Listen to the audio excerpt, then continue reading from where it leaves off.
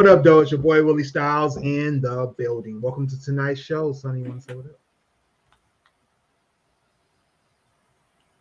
Sonny, you want to say what up? Oh, what's up? I didn't hear it. I'm like, it got real quiet. Oh, my bad. What up, Oh, y'all? What up, though? what up, Joe? So we're going to get started. We got a great show lined up for you guys. And it's going to be a trending and topic show. We got a few different topics lined up already, but if you guys have any questions or any topics you want us to discuss, definitely throw them out there in the comments. We love to hear from you guys, love to hear from our audience, and get your take on our topics, as well as talk about whatever you guys want to hear about. I'm sure you're going to want to hear about these topics we have lined up. They're what's hot in the news right now. And we're going to get right to it here shortly. But in the meantime, don't forget to like, follow, share, subscribe. Make sure you hit that notification bell so you can be alerted to when we do shows. We got some shows lined up coming up soon, including what is it? Chevy and me doing another. He's Marvel. like, I don't even know anymore. I know, right? I'm trying to get it all out. We'll be back very soon. Marvel is going to be dropping the new Guardians of the Galaxy next month, as well as the Secret Wars with Samuel Jackson should be dropping very, very, very soon. So looking forward to all of that, as well as Sonny's got Sex with Sonny Live coming up soon. And we'll make sure you guys go check out the replay. We have a couple of shows they dropped last month. So we definitely want you to check those out as well. Yeah, I think I'm coming back. I believe this. I want to say 28th or 29th. One number's a Friday. All right, for sure. Looking forward to that as always. But in the meantime, like I said, we're going to talk about some trending topics, particularly some very troubling things going on in the news. One being the mass shootings. Mass shootings are definitely getting out of hand lately. I know we just had one in, we believe it was Nashville, Tennessee. And then there's just been tons of shootings. Even here. Let's say all over the country. Yeah, we had a couple, what was it, last week? Ken, somebody was shooting all into a crowd. Hit a couple people. It's a lot. Like people just been getting. I know in my city, people have just been here one day, going the next. Yeah, definitely. And that's the thing. We hear on the news all the time about these different mass shootings. It could be school shootings. It could be random, violence in different places. And like we were just saying, it could be anywhere, and it has been anywhere. I mean, we've had some shootings here in Detroit, just this past weekend downtown. If anybody's familiar with the Greektown area, there was a shooting down there where folks, just down there having a good time, trying to, enjoy the warm weather, and unfortunately, violence turned its ugly head, and people, lost their lives. Things have gone on, so definitely some troubling things going on. Before that, just a few days before that, in the same neighborhood, there was a shooting down there as well. I believe it was in front of the Buffalo Wild Wings downtown. So it's just been, one thing after the other. I was just watching another news report when I was watching on Snapchat about a shooting at a Sweet 16 party. Kids, I mean, you're talking kids, children, being shot downtown Chicago, or I don't know if it's downtown, but it's in along the Miracle Mile near one of their more busier areas. There was a group of teenagers, I guess, just was trying to get into a place, and they started basically a flash mob kind of thing where they were running through the streets, but then shots rang out at that situation, and a 6-year-old and a couple of teenagers were shot. So it's just one of those things that's just getting out of hand. I mean, I guess the question is, what do we do about all of this, or what's the end result of all of this? How do we deal with this kind of thing happening, and and how do you think it's affecting not only those that have lost relatives or have relatives hurt, but also just the surrounding community? I think it's just crazy because I feel like now it's like we always say it, and it sounds so normalized that when the weather breaks, we know that it's potentially going to be some danger, right? Like you can't have really nice weather and something. It's very rare to have really nice weather and nothing happens. Somebody isn't shot, killed, something. There's Mm-hmm. some type of burst of violence, but it's just weird to know that, like, summer is approaching, and when we do get these breaks and these pops of nice weather, you got to be on guard, but at the same time, you just never know where it's coming from because you could just be the way things are happening, you could just not be a part of it and still get shot and killed, or people are Mm-hmm. potentially going for one person but killing multiple to do one. So it's just a lot scary in and of itself. And then I think for us, it's like you can't really like was it last summer or the summer before? Might have been both. I don't know. But people were getting shot left and right, and you can't just in neighborhoods, so you can't even go outside and send your kids outside to play anymore. Right. It's very scary, but at the same time, it makes it like an everyday thing, right? Right. So then we're used to it. It's like, oh, so and so got killed. We're sad. They took this person, blah, blah, blah. Move on next week is somebody else. Same story. They shouldn't have took this person, blah, blah, blah. And it's very sad because it becomes too, it's just a lot because I know there's one person that ended up passing over the weekend. It, four of, he's the third sibling to go. Like, it's Wow. just like, it's a lot because like people, these people, you see these people, you may not be necessarily family, but if you are, it's 10 times worse. This person you see every day, and it's like wow. And given that we don't really know what everybody's into, it's just still like the consistency of the loss of life, it becomes normalized at the Right. rate that it's happening because you know that, oh, summertime is starting to get spring, it's just going to be a bunch of people gone by the end. Like then it somehow slows down in the winter months because people are cold and nobody's really outside, and you can't really find out who people are, Right. based off of how what they wear and how they dress. And then like with the mass shootings, you could just be in a like we just had a local person, the weed man out here. He had a little 420 event this past weekend. Mm-hmm. Kid friendly, right? But it was a 420 event. It had some celebrities come out, and a lot of people didn't want to go because it's that many people out in the open. It's nice. You don't Yeah. know what's going to happen. You really going to be able to enjoy yourself? Mm-hmm. Luckily, not much happened out there. Like everybody had a good time because it was for 20 half the people were probably high and just living their best lives. But like even in that, going in that, somebody might not be. Somebody might be on the rampage. So you have to think of these things. Like when we think about all these different mass shootings, you're just going to mind your business. You're going to a concert. You're going here. You're going there, and to church. Even it's scary. Right. Right. Yeah, I mean, and that's the thing, like you just said, you could be anywhere, church, Hmm. celebratory events, things where you just definitely don't expect to find trouble.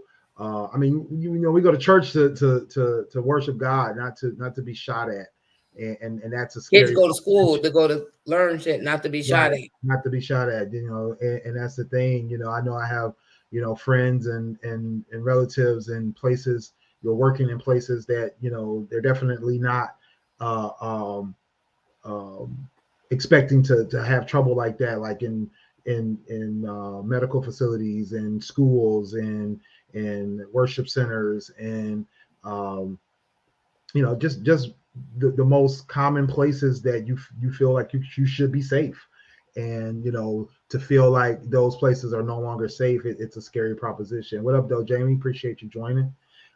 So I think that's the thing, like you said, it makes people feel leery, feel unsafe, or feel like they can't go and just go enjoy themselves and have a good time somewhere. I'm currently scrolling through one of the current lists of data that's out there on the Gun Violence Archive is one of our usual sources of information. And I don't know if you noticed, but even on this page, this first page, it doesn't even show some of the things that we know have happened. I mean, the first one for Detroit was on the 13th. It shows on this list, which was the shooting on Penrod Street, which is a residential street, but it doesn't even have the latest two incidents here in the city downtown. So, let's just think about the fact that there's mass shootings that have happened that don't even show up on this list. So there's just so much happening. Like you said earlier, it's happening every day. I mean, this first page of, I want to say it's like 25 or 30 entries. This is just in the last, not even 2 weeks. I mean, 12 days, and have this many mass shootings. The highest victim count was this one in Dadeville, Alabama, where 32 people were injured and 4 people were killed. I know the incident in Detroit, I know at least one person was killed. There was the incident in Tennessee, and I believe that was a school shooting. I mean, there's just so much happening. And I mean, the scary part is, not being in control, not being able to say, this is the solution. And I think that's what's scary for a lot of people. Yeah. Because you can't hide inside. You can't, any bullets don't have no name. So even if you're not outside in the mix, it could be a shooting outside. It has been. I lived on this block. A couple people have been killed on my block. One in particular threw me. Like I said, it's a nice day outside. My son wanted to scoot. Everybody on my block knows like how my son likes to go up to that corner. It was a shooting right there. And the fact that he wanted to go outside, he could have been up there at any point, scooting and turning back around and coming back down to our house. And this is like, as we were touching the door to go out the door, we hear it. And it's like, that's a scary thing to say. We can't really play outside and it doesn't really matter where you live. People just do things, even if no one in your neighborhood is like that. People are doing, that was somebody that, the person that got killed that time didn't live on the block. They were just walking down the street. Or not believe they were in a car. I believe something about they're in the car or going down the street or something like that, walking by. I can't remember the full story of it, but that's what they were doing, and then they got shot and killed. And it's like, that's a lot. Because you don't have to live in a neighborhood. You could just be literally in passing, going somewhere, and then someone is out to find you, and they just see you. So it's a scary situation. You could be at a function. You know how many times these cities hold functions like Easter egg hunts for these kids, right, backpack giveaways.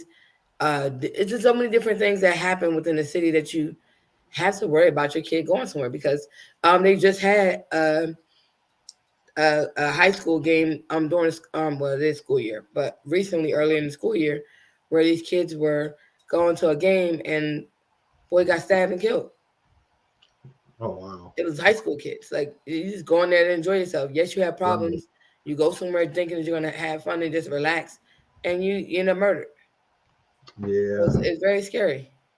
Yeah, very, very. Yeah. I mean, kid places. I try to live by the thing of, you can't be afraid to leave your home. You can't be afraid to try to, get out and have a good time and just be cautious, be vigilant, be aware of your surroundings. But I mean, unfortunately, that doesn't serve us all the time. I definitely still don't want to be a prisoner of my own home or a prisoner of my own neighborhood. But it's just getting more and more concerning. Being out. And like you said, when you feel like you can't go somewhere because it's out in the open, that's just a sad state to be in. Something's got to be done in this country to change that. And I know that where a lot of people are going with it is talking about the gun laws, right? And gun control and things of that nature. And I didn't plan on going into this, but just keep thinking about this. But in that conversation, what do you think about the constant pressure on legislators and government to do something about gun laws. Do you think that is the answer? I mean, it's part of the answer. It's part of the answer, but at the same time, people get stuff illegally anyway. So it's like gun laws is going to make people find creative ways to get guns anyway. They've been getting them. You got people that live in the hood that got these assault rifles. That what do you need them for? You have people that are registered gun license carriers killing people with the guns they registered to, and they're able to buy these assault rifles depending on where they're from. So it's not really. I mean, it's part of a solution, but I don't think it's the only solution. Because it's just not. I also believe that the same way they do all these drug laws, it should be something if you kill somebody with that type of weapon, make it a little bit more harsher. Right. I feel not that that'll help, but maybe it's like I said, I don't think stricter gun laws is the answer. I mean, it helps, but it's not the full on end all be all answer. There's different caveats to it, but I feel like it's a number of things that they could be doing potentially, including increasing it if you use a certain type of rifle, because what were you using it for? You were intent to kill multiple people, not just one. So therefore, maybe the sentencing may be stricter because of the type of gun you use. Right. Because why would you be carrying around an assault rifle if you attempted to kill one person? No, you were attempting to do a lot more. You probably got stopped at one person.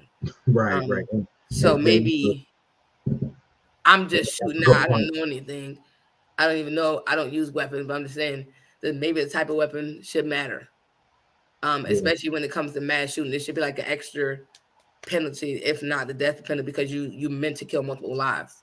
Right. So it should be automatic. If you use this type of rifle, it should be automatic death row sentence or something.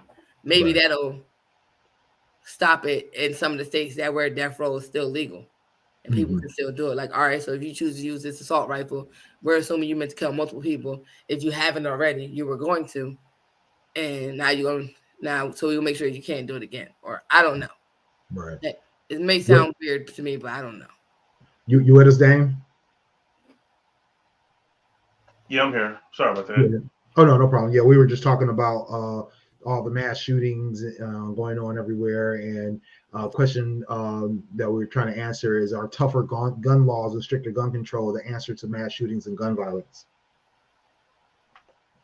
That would help, but the politicians and the lawmakers don't care. As long as they get their money, as long as they get their votes, they really don't care. They say they do. They say they sympathize and agree with us, but they don't want to do anything to interfere with their pocketbooks. Sad to say. And there was another shooting. It's not even just mass shootings. It's just senseless shootings. Right. We just had another kid last week shot because he went to the wrong door. Oh yeah. One kid was shot in his head and chest. He's stable. No, he's in critical but stable condition right now. But his mom is taking care of him. She's a nurse, but those bills keep coming. She can't take off work forever. It's just stuff like that. They need to take care of the victims and the victims' families after these shootings happen, instead of just doing nothing. I think they do like a restitution or some type of, they could do a civil suit. The NRA is so deep in everybody's pockets, they're not going to do that either. It's like, what can we do but nothing? But feel hopelessness and the same old cliches of thoughts and prayers to all the victims and families. Definitely getting old. And I agree with both of you. The gun control is definitely not the only answer. It's definitely not the ultimate answer. It's definitely got to be multiple things involved. There's got to be stricter laws, like Sonny said. There's got to be layers to how these this gun control works. It's not only with how you acquire, but what you can acquire. You know, military grade weaponry should not be allowed to be owned by individuals, you know, in their home, or it shouldn't be allowed to be, you know, sold to civilians. And for the most part, shouldn't even be manufactured in such a way that anything other than, you know, government military should have access to. You know, like Sonny said, it does create you know, a atmosphere of needing to be more creative about how you acquire it then at that point. But that's the thing. I think it definitely will cut down on how many people are able to own or get their hands on those things, because if you make it that much more challenging, most people are going to take the easy route to get to what they want to get to, be it, you know, legally or illegally. You know, I'm in IT, and you know, I do a lot of work with IT security, and you know, the trend with IT security is that as the years go by, the techniques and the tools that are used get more sophisticated, but they also get easier to use and easier to manipulate. And that is the route that most bad actors take. They usually take the easiest tools they can find in order to get the job done. It's funny. One of my clients, or not my clients, one of my customers, you know, came and said, "Hey, you know, I got this email that says that I need to send these people, you know, money. If they don't get the money, they're going to release videos of me doing things to myself, watching porn videos." And, you know, I'm like, well, did that actually happen? They were like, no, you know, I don't know what they're talking about, but, you know, they sent me this message. And, you know, so I look at the message. One, it doesn't even have their name on it. Two, it's literally saying that they, you know, took over this person's computer and have video of them doing stuff. But the thing is, like, you know, the email is basically an untargeted generic email, and all they're doing is basically taking the easiest route. And, you know, we analyzed the computer. Nothing was wrong with the computer. There was no virus or worms or malware or anything like that on the computer. Mm-hmm. This hacker, or not even a hacker, you can't even call them that. We call them bad actors.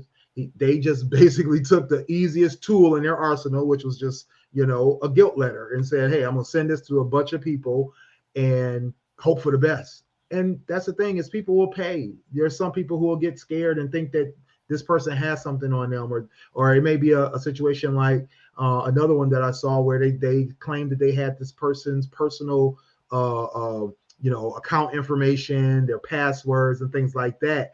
And they even put the password in the email, which was a pretty slick move. Thing is that when I did a search on a dark web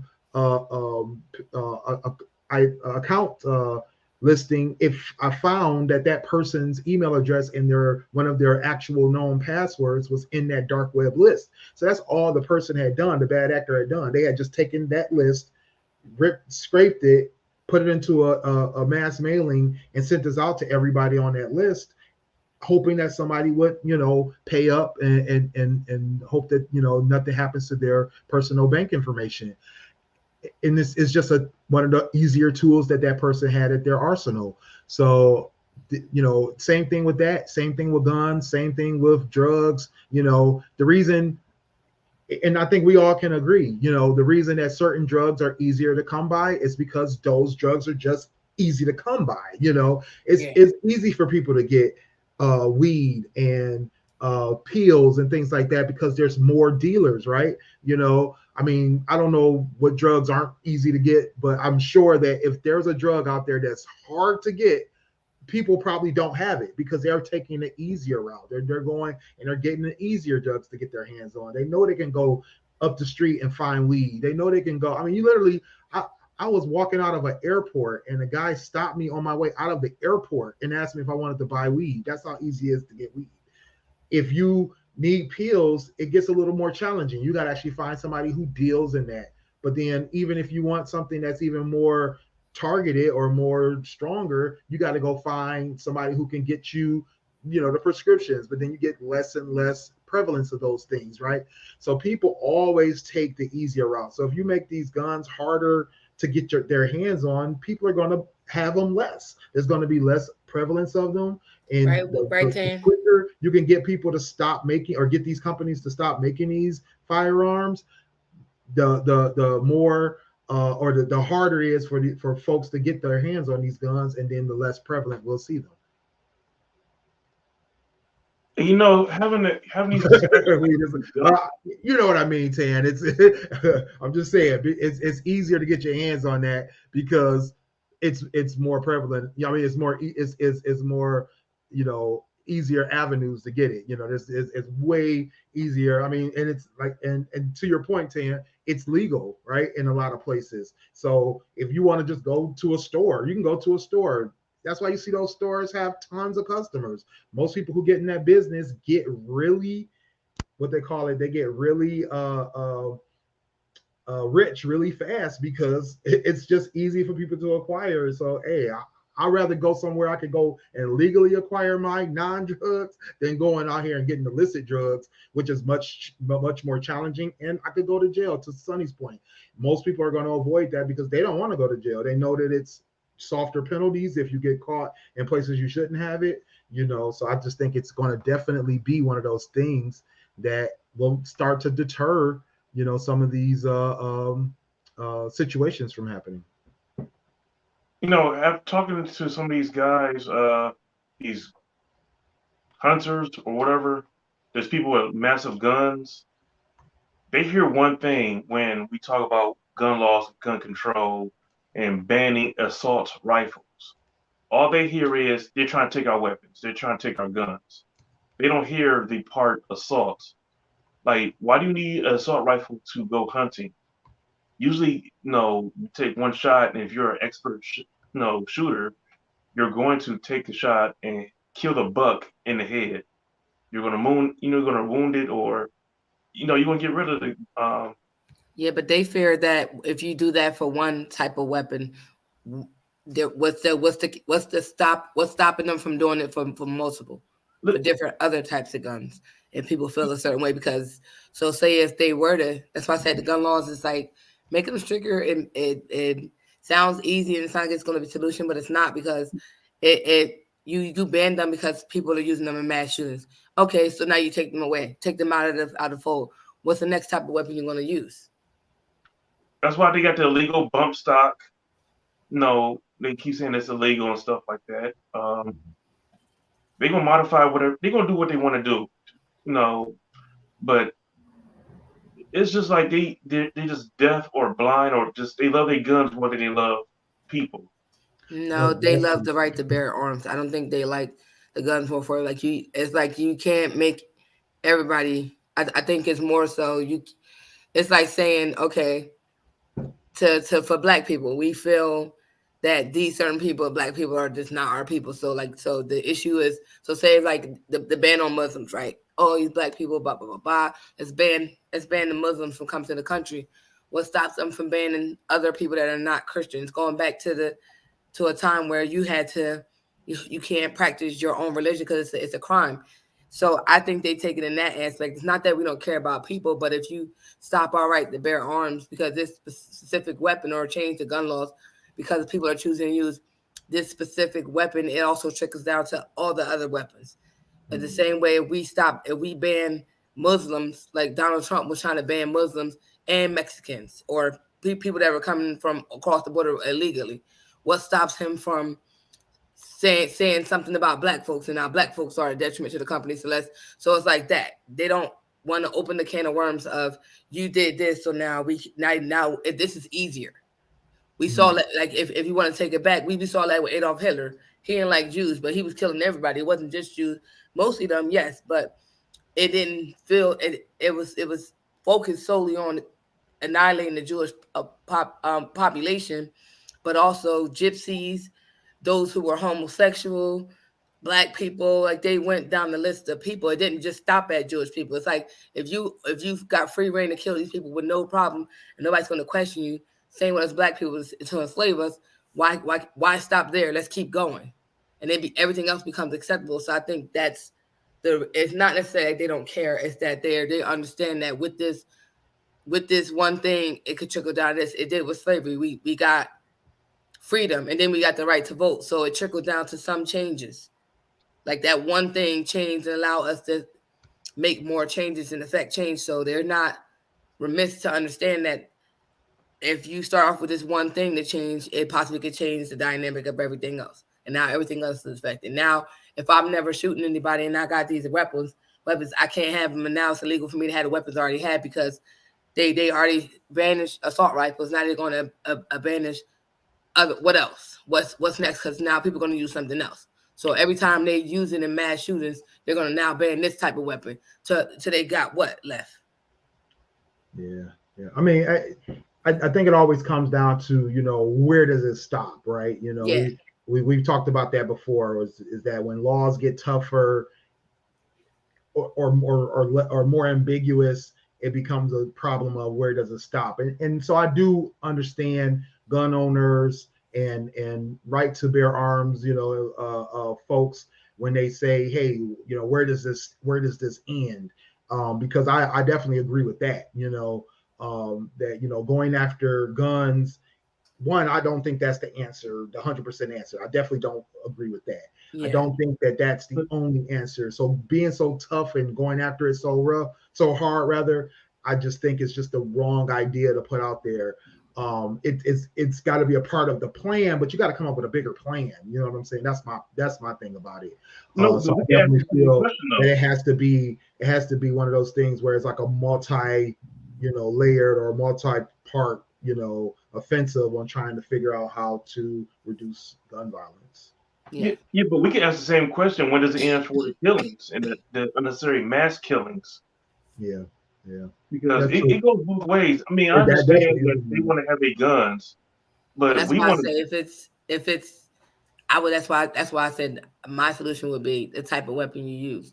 If you come out with an assault rifle, whether or not you kill one person, you were attempting to kill multiple people. So for me, like I said, that the type of weapon should be a part, like, you know how like they say intent, like it's not that you didn't intend to kill multiple people, you did. That's intent right there, straight off the bat. This is proves intent. You were trying to kill as many people as possible, and therefore, since you were trying to do that, whether or not you committed a mass murder, you were attempting to do so. So for this caveat alone, because of the type of weapon you use, for me, I say automatic death penalty is on the table. Period. We're not taking anything. If that's going to be the max we can charge you with, just off of the type of weapon you use, not including how many people you drop. Because if you drop so many people, not just police, law enforcement, but just people, period, that penalty automatically comes on the table anyway. I think the type of weapon should, whether or not you killed that many people or not, this is the weapon you chose. You were intending on killing multiple people. So whether or not you did it, your death penalty is on the table, period. Right. That's what I say. At least that's how I feel. That should be something like that. Well, this leads us into the next story, which is about the Tennessee Three. And so the Tennessee Three is a group of Tennessee legislators that decided to go in solidarity with a group of protesters about gun control following the mass shooting in Tennessee. And the result of that was that two of the legislators, Justin Pearson and I think it was Justin Jones, they ended up getting removed from the legislature. And the problem here is that, you know, a lot of folks are definitely upset and outraged at the fact that, you know, these two legislators were expelled and left their constituents without any representation. The you know, reasoning behind it was, you know, because they were, you know, they're protesting with the folks. They were speaking out on, you know, this gun issue, and as well as the mass shootings in general. And I know that both of them, also being young legislators, were already kind of targets by the Tennessee state legislature, and they were being, you know, I guess basically, you know, too outspoken. So, you know, I read a couple of articles about it. You know, of course, most people, you know, look at it as another type of voter suppression. They look at it as another type of majority control, majority being white majority control. And, you know, the telling part of this is the fact that out of the Tennessee 3, the only 2 that were expelled were the 2 black men. Yeah, the 2 black men that were in the group, and you know, the white woman in the middle there who was part of, you know, she was right there with them, you know, in solidarity with the protesters. She faced no repercussions from it. So, you know, how do you feel? One, how do you feel about this situation and situations like it? Because this is not the first time. I know some of the news outlets made it sound like this was the first time this had ever happened, but it definitely hasn't. We've seen this happen several times throughout history. But also, you know, the ramifications of expelling you know, representation for you know, communities that are predominantly black, or just communities in general. I think that it's just weird because like these people are in legislation to create change for their communities. Mm-hmm. So the fact that they have to be going out and protesting is crazy. I'm glad that they are, like, because if you're already on that path to get what they are processing to change, because you know they make these laws, they try to pass these things to work in favor of the people that are in these communities, then why wouldn't they be outside trying to rally up the troops to go be able to vote and change law in their cities and what they need to get passed to do better or to succeed in what they're trying to do and make their city better for everyone in it, and you know, with people that look just like them. So it's kind of random that it kind of sucks that they actually get expelled, and like who expels them?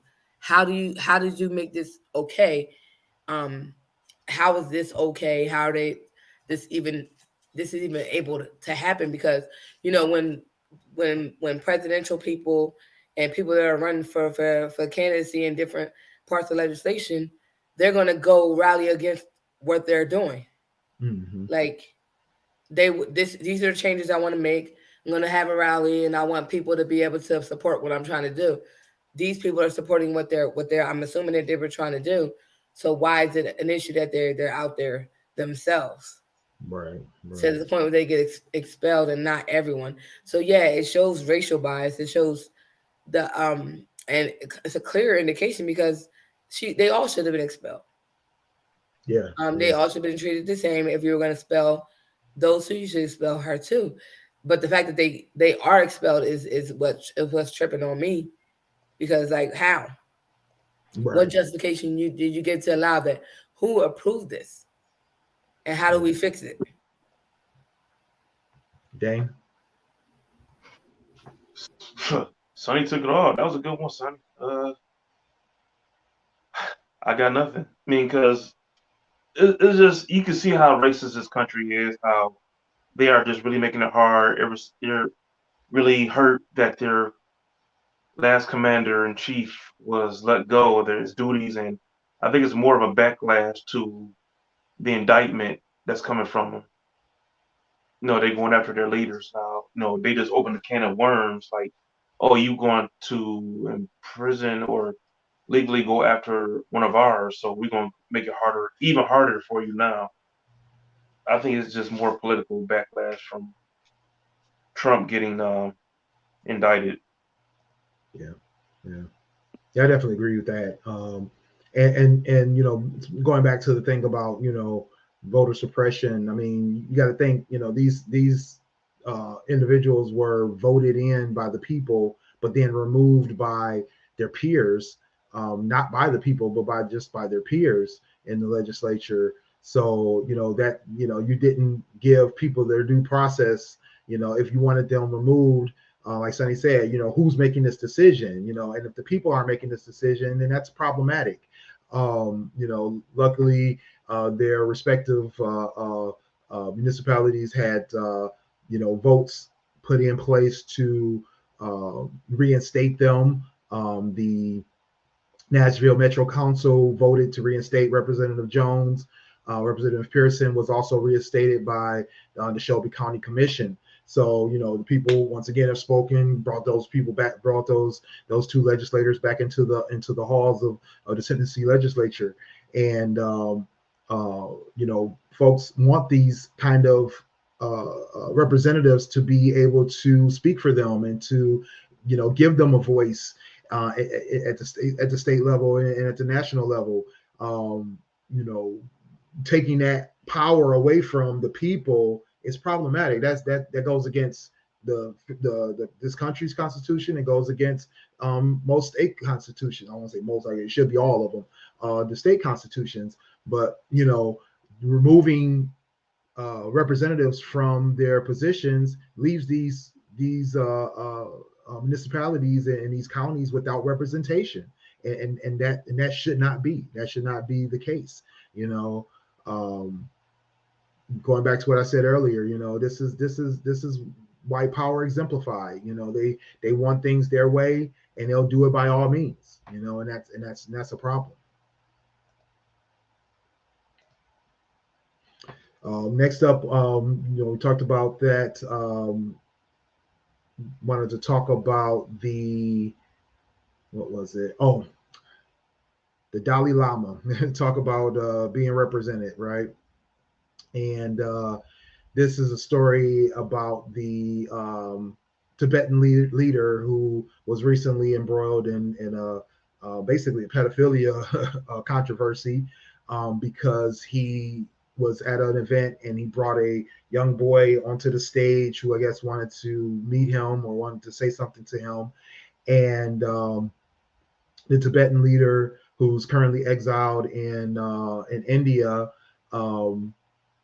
in what he now calls, and his people are now calling a misunderstanding of a joke that he was making, was videoed, one making the boy kiss him in the mouth, and then he asked the boy to suck his tongue during the event. And this young boy, I believe, was either 7 or 9 years old. I believe it was 7. And he actually kissed the boy on the lips, and then stuck his tongue out for the boy to suck on his tongue.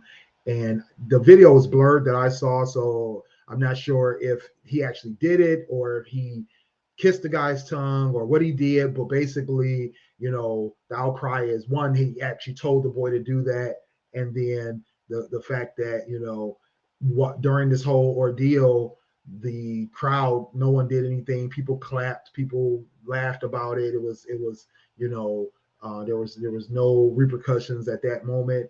And then in the ensuing apology, they chalked it up to just him being a jokester.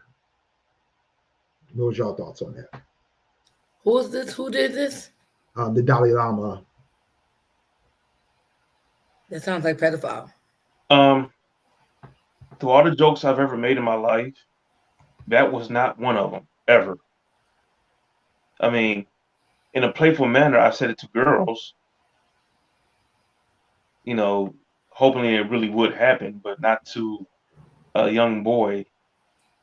So, I mean, they chalked it up to him being in a playful manner and him being a jokester and a kidder. I'm just like, no, there's no way in the world I would say that to another young man or young girl. No, who I'm not. It just says pedophile. It's like somebody said, talking about pedophilia. It's just pedophile for me. I don't really have no words. It's not a joke. It's not funny. If somebody took it as a joke, it's not funny.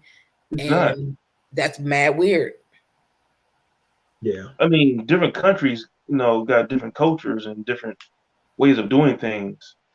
And I still don't see anybody in any culture doing that, saying that. Right. That's just weird. Maybe he's losing it at his late age. Like, yeah, I mean, that's the thing. They did not say it had anything to do with his age, with his usual actions or anything like that. But I did do some research, and full disclosure, this was brought up in our group chat to do this topic, and because I just felt like this was an open and shut case of pedos being pedos.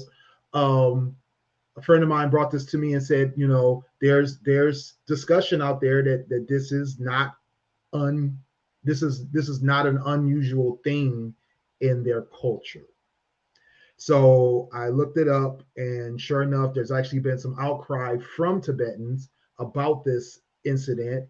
One, they feel that the fact that the video was even released and that this was started up was all a plot by, which hasn't been proven, of course, was all a plot by the Chinese in order to discredit the Dalai Lama. But also, they're saying that what he said to the child is not a what they consider an offensive thing. It is actually something that they do in their culture. It's, I guess it has some kind of history in a game that's played between their elders and the children, particularly grandfathers and young children. And I guess the game goes basically that the kid asks for, you know, a gift, or asks for a hug, or asks for some kind of thing, and then the grandfather is supposed to give the kid some candy or whatever gift they're asking for, and then in return the kid has to give them a hug, a kiss, and then the grandfather is supposed to offer his, what they call, the kid has taken everything, so now he has to eat his tongue, as in that's the last thing that he owns that he can give to the kid. And the fact that the Dalai Lama used the term "suck his tongue," they are blaming on the Dalai Lama's broken English and his misuse of the word "chala," which means suck, not, or which means eat, not suck. And he said suck instead of eat. So they're blaming it on their custom. They're saying that, or not blaming it, they're attributing it to their custom, and saying that this is something that is understood in their you know, in their culture, as well in their customs. What do you guys think about that? I'm with Sonny. Yeah, it's almost similar to me. Like when I see my friends who are of different descents of African, Guyana, whatever, Jamaican, you know, they're used to their kids learning how to dance the way they dance at a very young age. And for us as Americans, if we don't understand that culture, it's a little bit off. And then, even though I understand the culture, it's off-putting to see a kid that young dance like that for me, because that's not how I was raised. Same with this situation. That's not how I was raised. So to me, it's going to look a little different. And I'm the same person who had the argument of pedophilia has been a thing since forever. Girls have been getting married, having to get married once they had their menstrual cycle. Most girls had their menstrual cycle between 11 and 13. They were getting married and having babies and married off to kings, queens, kings and stuff like that, or getting married off in different cultures, because that was the age that once you bled, you was able to get married. So it's been common practice. So a lot of these people don't see it as an issue because it was done in Bible times up until current. So only now it's illegal in certain countries. So yeah, with respect to us being from a different country and a different culture, it's all putting to us, and we're going to judge it from that pedophilia state and that mindset, because that's not something we would ask our kids to do, want our kids to do, and see, or we would feel away if our kids were made to do that, the same way if they were made to do something they didn't want to do. So while that may be your religion, that's fine and dandy, but once things go on the internet, people are entitled to their opinion. My opinion is that ain't cool. I wouldn't want my son to do that. I'm not in that culture. That's fine for y'all. But if I was to go see the Dalai Lama, he told my son that and made my son feel away, we would have a problem. I'm not one of them.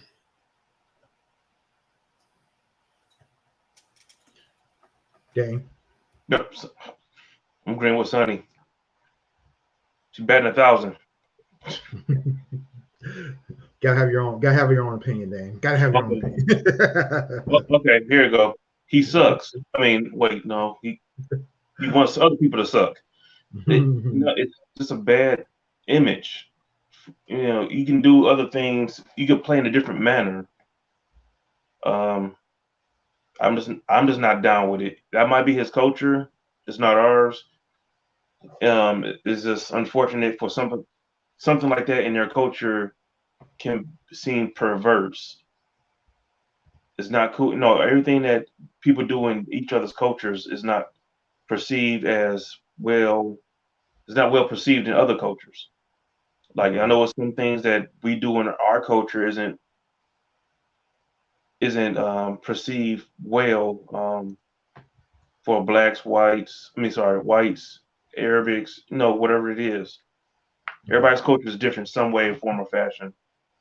This is one of them is a no go for me.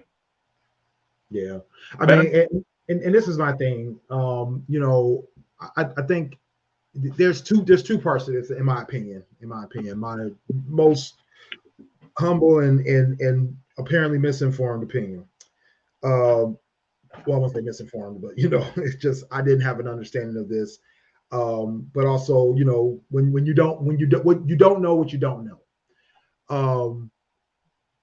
What I didn't know, and we all shared in this, is that this was a cultural thing for them. But what they do know, and this is my question to anybody who defends this, is that what you do know is that doing things in such a way that can be perceived in a way that's harmful, and not only perceived, but it also can be it can be weaponized. It can take advantage of people in a certain way. You have to understand that what you've always done doesn't make it always right. Just because we've been,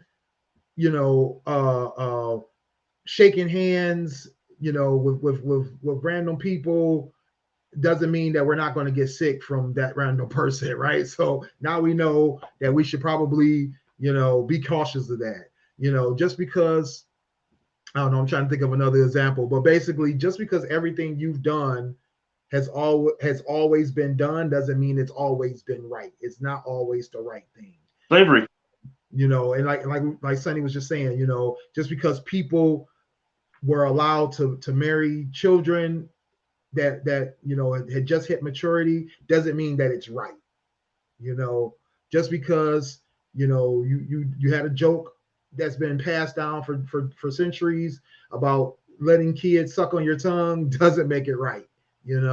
So I think that it's at some point we have to look at even our customs and say, what, is this the right thing to do? Just because it's a custom doesn't make it okay. One thing that does come to mind is just the fact that we have different cultures coming together over this thing called the internet, social media. The fact that anything that you record or can be recorded on will come out at some point or another. It doesn't have to be today, it doesn't have to be tomorrow. It could be 10 years from now, 30 years from now, 100 years from now. And you're going to have to stand on it, right? But in standing on it, what have you learned in the meantime? And can you defend yourself in that? So right now, I know a lot of people have been talking about the release of this new documentary for the Freaknik, right? Southern American tradition that was done for, I believe it was at least like 5 or 6 years before it was finally shut down in Atlanta, Georgia. And now there's going to be this documentary. And at the time, I was just thinking about this, talking to somebody about this, recently, that it was a thing that we were doing at that time that, it was tradition. It was something that everybody went, people had a good time, and it was kind of the Black Spring Break, right? At that time, there was no internet, there was no social media, there was no backlash, right? But now we have this thing called the internet, and we have this thing called social media, and we have these streaming services, and now this information or these images are going to be out there, and people are going to have to stand they're either going to stand on it, or they're going to defend themselves and what they've done since then, right? Like 28 years ago, this happened. I'm a different person. 28 years ago, this happened. I didn't give my consent for this. I wasn't, involved in this, or whatever the case may be. I know that there was talk of a group of professional women who want to have it stopped because they know that they were seen in a different light at that time. We're doing things in a different way. And now that they're professionals or celebrities or whatever they are, now they're like, hey, I don't want this to shine a darker light on me. But I think that where they're going to shine is that they're going to be able to say, hey, in 28 years, I've grown, or I've changed, or things are different, or whatever the case may be, or be able to just at least say I was young and precocious and just having a good time, just like all the rest of you folks that go to spring break and do the same things and just have no evidence of it.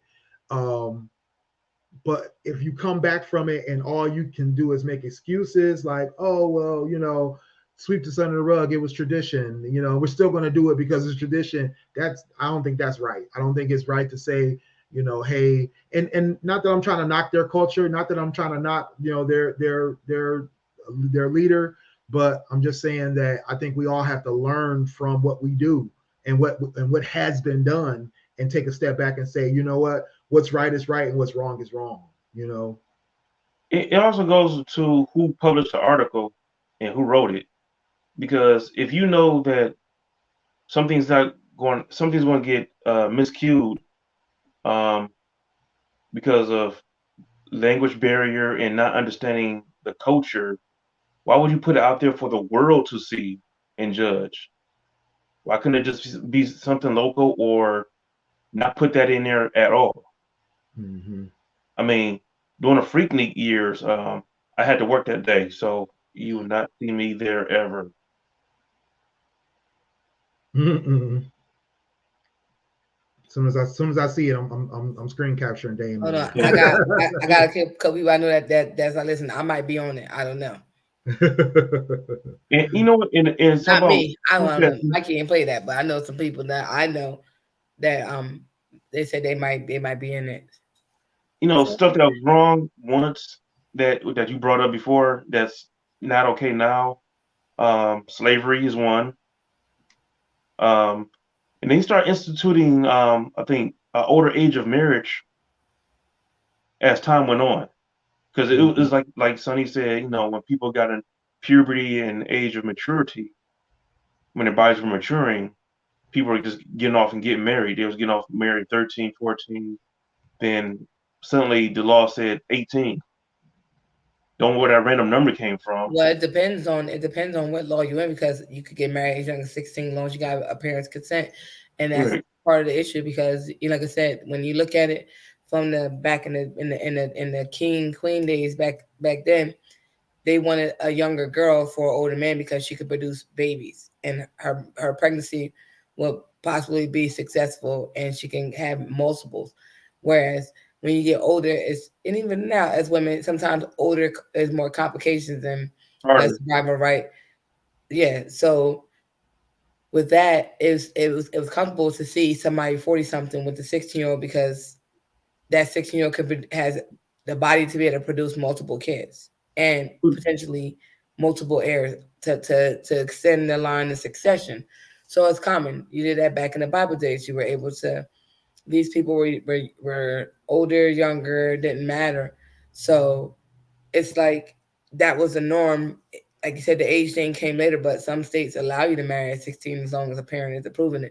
So if I'm a parent of a 16-year-old girl and some 20-something-year-old man wants to marry my daughter, as long as I can give consent, she can get married, which is pedophilia. You've seen that with Aaliyah. She was a kid. Her parents allowed her to get married. They said that she snuck and got married. I don't know how that happens, but okay.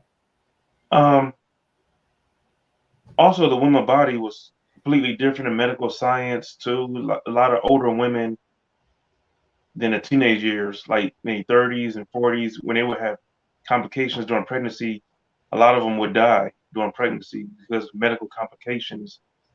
And medical technology we have now helps prevent that. We have better, resources for older women to have kids and survive.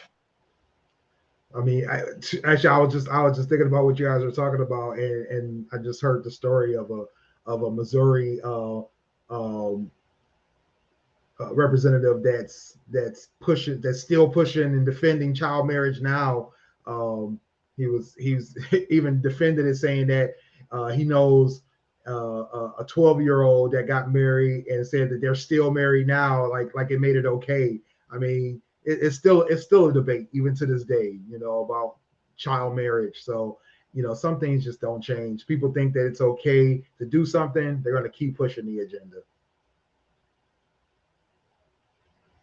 It's crazy. It's crazy. You can marry a little kid, but it's illegal. But at the same time, it was illegal to sell weed. Like, I don't. You can marry somebody at 12, but you can't have an alcoholic drink until you're 21. Right. Can't even buy Newports until you're 18. Alleged. Not unless it's a vending machine. Probably shouldn't be buying Newports at all anywhere. I'm just saying. A pack of Marlboro. Right. All right, our last topic of the night: ChatGPT, artificial intelligence, AI, Bard. I'm gonna sit here and smile because I don't know anything about any of that. do you think AI is taking over? Do you think we have something to be worried about with AI and all these things going on? I see Skynet all the time now. This is like, I look at my phone, I'm talking about something. Well, since we're talking about it, let me look it up. Let me press 2 buttons. Oh, there it goes. Yeah, I think artificial intelligence is ruining my life because I could be sitting here and I'll scroll through my social media and I'll see a website I like and they have dresses for cute that are super cute and I think it looks super cute on me and then they don't sell. And then I'm like, I'm not gonna buy it. So like every day, all day, I just see that one dress, and then it happened to me twice. I just placed the order, and I got a dress upstairs that I was seeing for like a month, and I finally was like, I think it's supposed to be. I'm supposed to get it, so I got it, and now this just happened. I just ordered this dress, ordered 2 the same kind and some other stuff because of that one dress. This past yesterday, I ordered it. It was very terrible. I saw it all weekend since Thursday, and I was like, okay, so I have to get it. So AI is ruining my life. It's listening to me. It's no, I like dresses, and it's sending me bathing suits and dresses every day. And I just try not to buy them, and then I ended up doing it. You done said dresses so many times. I'm sure as soon as I pick this phone up and look on my Facebook, there's gonna be dresses on my Facebook or on my Instagram or whatever. I wear size large, so if you see it, just send it to me. It's okay. Oh look, I'm looking on Sonny's posts. It's some dress up there. Yeah.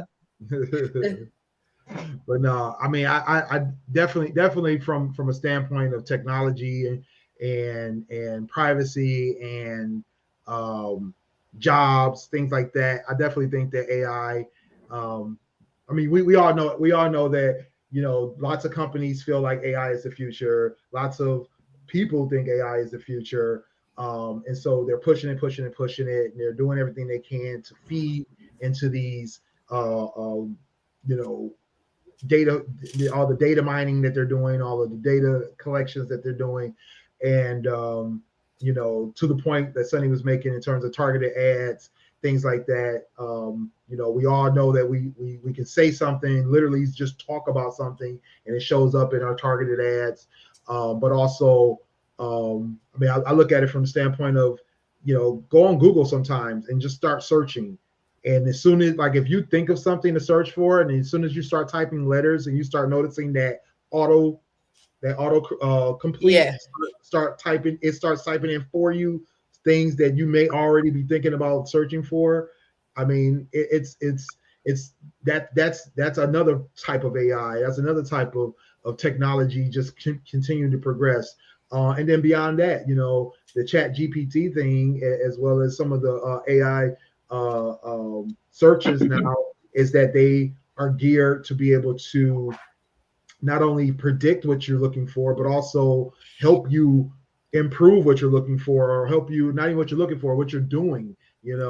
Let's say in your job setting, you're like, hey, I got to write a report on something. You could tell Chat GPT that you need a report on, what's happening in HR today, and it'll write you a whole report about that. Dame, you could be looking for a new video game to play, and you could be like, hey, what's the best game that I can play that includes these different categories, and Chat GPT will give you all the information on it, and then tell you where to find it, give you links to buy it, all that kind of stuff.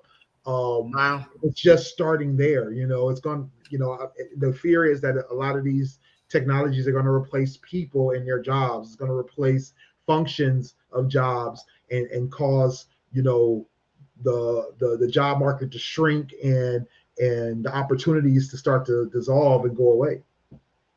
I got one. McDonald's. Yeah. The self making McDonald's. You go through a drive-through, and they have your food ready for you. I'm pretty sure there's a couple of people there just in case something happens, but I think it's all automated. Yeah. And to that point, I mean, talking to the machine, you'll be able to talk to the AI to tell it what you want, and it'll interpret, not only if you give it, nicknames for menu items. You don't know the exact menu item it is, and you're telling it, you want such and such a type of burger, and it'll figure out exactly what you're talking about and put that order in for you, getting your account information and charging it, and then, like you said, having it ready to go, all through an automated process, automatic workflow. And it's just replaced 3 or 4 different people, because they no longer need a drive-through attendant. They no longer need a cashier. They no longer need a cook, because all of this stuff is automated. But that's scary, because I feel like even with the self-driving cars, that scares me, right? Because stuff can be hacked. Anything can, anything that is technology driven can be hacked. So those things, it could be a real danger behind, because it's not it. I don't know how sophisticated they're going to make this AI, but we all have smart, dumb phones. And they're just smart and dumb at the same damn time. So what the human has, the AI lacks, even if the AI tries to and go bases off the human reaction, you don't really know. So it's just scary. The one thing I'm definitely scared of is self-driving cars, because what happens if they get hacked and it causes a mass accident? And then different. It's so many different things with that. So it's just scary. I don't like anything. I watch this show, and I don't like anything that's technology based, because even the showers, they have the showers that you can go into, and they automatically turn on because they're there. They lock the door and stuff like that. And what if something happens and it catches a glitch and it starts to fill up? You can literally drown in your shower just trying to take a shower, something basic. But that technology is on the fritz, and now it's just in tub mode, filling up, and you can't get out. Yeah. It's just things like that scare me with AI. I like normal, and even with the stove, my stove, I just have to replace the stove because of some type of AI. Once the computer system goes, you can't really use the stove like you want to. You can use the part that you can use, but nothing else, because that one mechanical piece is now on the fritz. So yeah, I don't like it. A lot of too much computer stuff is I don't want a technology at home, and a lot of people are gearing towards that, and it's going to be for me. It's going to be easier to hack, more problems than it needs to be. And that I think is an outcome from we need more wages for the $15 and up people that work in fast food. Oh, this is why. Yeah, I mean, I've definitely attributed to that. The automation of these restaurants, automation of our grocery stores, which is another sad state. You go to the grocery store and you're seeing less and less workers, and then now they're starting to introduce fully automated grocery stores. So yeah, it's becoming more and more challenging for people to find certain jobs, because either technology is outpacing or not outpacing, but technology is advancing to the point where it's removing the need for people in these positions, or making it so that it's easier to have a computer do it than to pay a human extra wages. So yeah, definitely. You know what's sad? Older people having to retire just to go back in the workforce to be a greeter at Walmart or another major store. And guess who's going to replace that now? Let's have an AI right there. That's going to hit everybody. Just scanning receipts when you walk out and all that. Yeah. Oh, no, they're going to still have the precious white lady card to me coming out the. She's going to pop out of nowhere. But for the greeters, they're going to have somebody that's always going to greet everybody because greeters miss one or two people that they're not going to say hi to, welcome to such and such place. Right. But that's next. Why should I pay you? Why should I pay you $15 to greet people and I can pay nobody? And then what happens when electricity goes out or systems go down and you need bodies? That's what managers are for. They don't have to pay the machine $15 or give it a lunch break. That's the thing, never. It's always working and it's always doing what they wanted to do, less costs and less attitude. Its pay is getting repaired. Right. So yeah, and even with that, they're replacing repair professionals. It's small appliances, small things like that, but it's going to get into even things like vehicles. That's one of some of the complaints about Tesla is that they don't really have a mechanic workforce because most of the parts that they have are just hard replaceable. Something goes wrong, you take it out and just drop a new one in, so you don't even have mechanics. So it's just getting to that point where it's getting harder and harder to. Even with that's probably more expensive. Yeah, I mean, and that's the thing. It's like they're driving their costs down while our cost of living continues to rise up. Yeah. So my daughter was talking about cloning and how they're talking about the different types of clones, and the person is somebody that was the first clone that's still walking this earth. They have basically taking our blood to make clones of us, and what if it's get down the rabbit hole and have this conversation of what if. Mm-hmm. Because they really do. And I was sitting there and I'm the least person that believes and goes down the rabbit hole. But she had me thinking, because I'm they do, when they take our blood, they take multiple samples for stuff they only need one drop for. So what are you actually taking it for? And then to think about if that is something that they are doing, it's getting crazy because they're saying now with all this celebrities, they're not themselves. It's not them. Oh, wow. It's these clones, and it's that's a scary thought to think about, and you don't think about it if you're not in that headspace to think about it. Mm-hmm. But with the AI, how far are y'all about to go? Right. iRobot, Smith. Oh yeah, definitely. I mean, the other day I needed to make or I needed to go to a restaurant, and I was in the middle of getting dressed, and I opened up the restaurant's information on my phone, and instead of having to make that phone call, I needed to go take a shower. I hit a button. I walked into the shower. I came back out and grabbed my phone, and Google let me know that it called the restaurant and found out how many people or how long it was for a couple of people to wait for that reservation. Wait time. Yeah. So you're talking, that's AI. It made the phone call. It talked to the person as if it was a person, and that person was probably none the wiser that they were talking to a computer. Yeah. I mean, it's good for certain people because it does it for, we get calls. Like I said, with my job, we have employees that work for us that have those medical things that talk for them. They're deaf. So they call you and you wouldn't, depending on which one they have, you won't realize it's not a person. Mm-hmm. Right. Certain services I understand, but some things you're taking the man out of the equation. You're taking a human element, their whole personal interaction. You can't tell if this person's a butthole or very nice. But then it's good for. But then it's also good for watching the show that I watch. It's an emergency show where the person got into an accident, the car flipped over, and they called and said, this car, this license plate had gotten an accident. The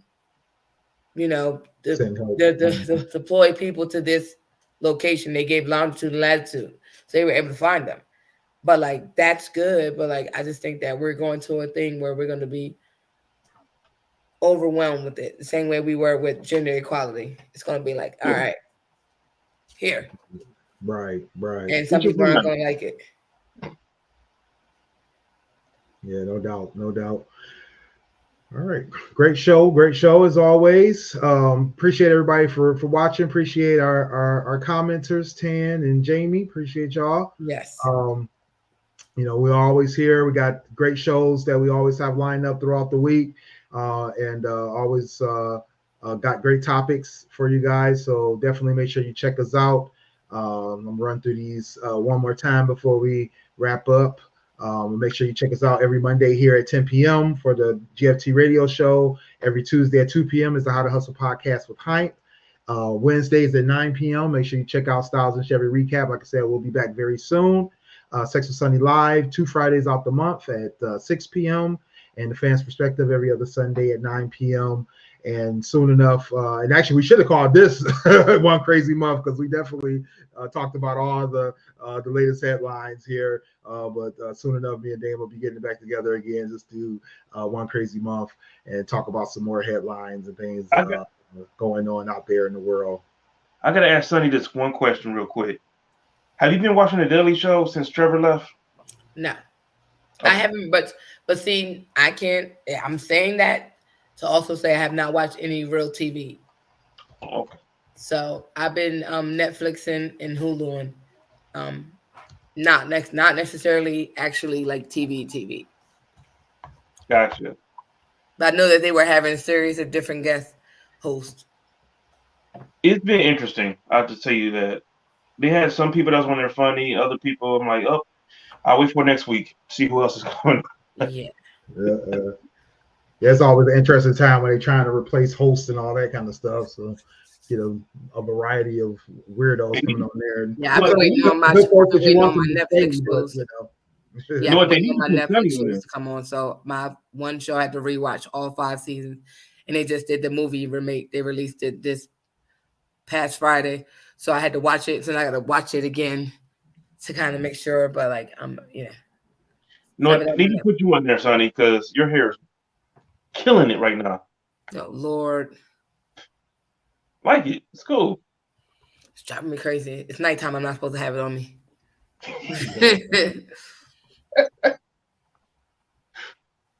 Well, anyway, Sonny, tell the folks where they can find you. All right, guys, you can find me at IamSunny_D, Instagram, Snapchat, Twitter, TikTok.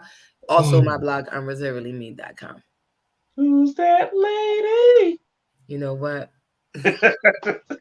You can find me at another level up on Instagram, Channel21 on Twitch and Xbox Network, and Chicken821 on TikTok. No doubt.